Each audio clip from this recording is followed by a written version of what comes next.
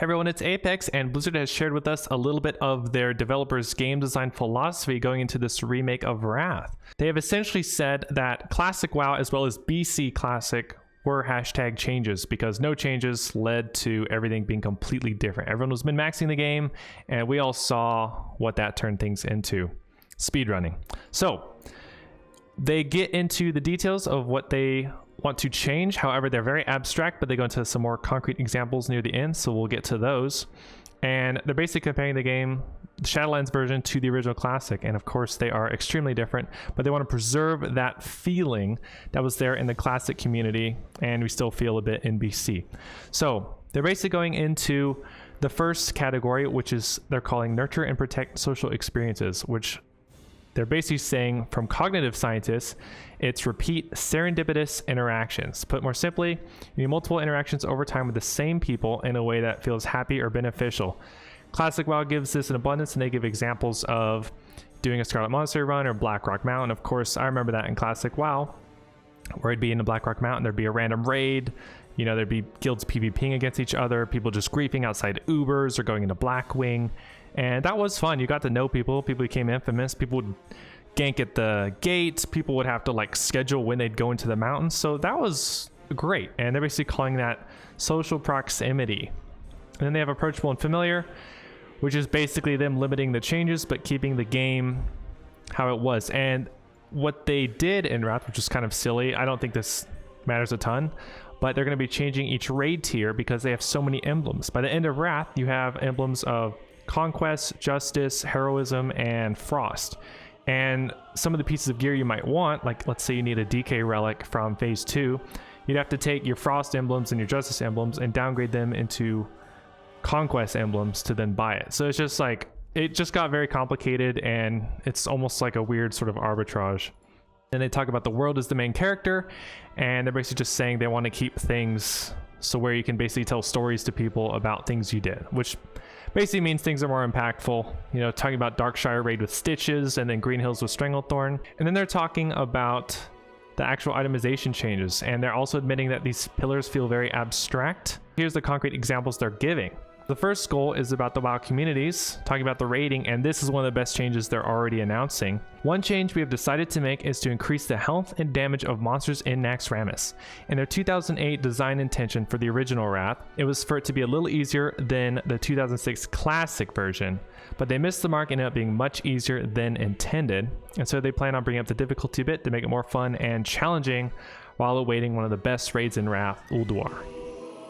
And then their second goal, which I think is also a good one, is to make heroic dungeons stay relevant throughout the whole expansion. The emblems and the items they drop, they want to always be valuable, and they're going to try and make it an interesting challenge throughout the whole expansion, which of course it became easier as everyone got gear. But they're going to be adding challenges, which could be speed runs, or, you know, like kind of they had the Dungeon Plus modes in later World of Warcraft. Then they also mention, we also want to preserve nostalgic itemization. No matter what changes we make, we will ensure all Wrath of the Lich King raid and dungeon items can still be acquired, as well as their unique art. This almost, to me, feels like they're alluding to possibly adding transmog. I don't know if this is what that intended on, but talking about unique artwork and nostalgic itemization, this literally feels to me like you'll be able to transmog your gear possibly. I think that would be so cool if they did that. Maybe this is just wishful thinking, but that's what I hope it is. And then they have itemization of raid locks evolved several times throughout the original expansion, and they want the emblems to be more consistent. So they're basically going to have just 2 emblems for dungeons and raids instead of the 4 that it basically devolved into in the original Wrath. So this is all great changes, I think. And then they also dropped the beta today. So Wrath of the Lich King beta is now out. It is very bugged. They have announced a lot of the bugs that they already have. It is level capped to just 76. You also can't get flying because flying was, I believe, 77 in Wrath. So you won't be able to fly. You can't get level 80, and add-on usage is prohibited. It's a very restricted version, and it's riddled with bugs, but they mainly want people to test the group finder tool, which is the new dungeon finder tool. They're mentioning some things in here, and it's kind of funny. One of them is that Sacred Cleansing does not currently increase the target's resistance to diseases, magics, or poisons. I mean, Sacred Cleansing is so broken, and it's one of the things that puts Holy Paladins over the top in PvP.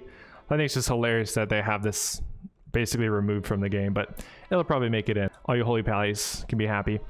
And then they're just talking about all these other bugs. Yeah, playing the game right now will be interesting. I'm really curious to see what is in the game right now. Have they done a balance of racials? Have they removed racials? I don't think so. It's probably still how it was, but if the beta is already out, I mean, pre-patch is going to be very soon, and if things aren't changed that are real big like that already in the beta, they might not be changed at all. So that's very interesting. I will be checking out streamers and hopefully seeing if I get a beta.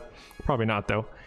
Of what has changed, because I'm sure they're not mentioning everything. There's just so many details in WoW and all the different variations, all the different iterations of the game. Another awesome change they're doing, they're announcing this thing called Joyous Journeys, which is going to be a summer XP buff event, which they're planning to have last for 6 to 8 weeks, where you're going to get 50% bonus XP from all sources of experience. They're saying this is going to launch probably a few weeks before the pre-patch, and if the pre-patch is going to be during the realm consolidation, which is the August 9th, that might be as early as like 2 weeks before then, so we might be looking at a late July for this buff, or maybe sooner, we don't know.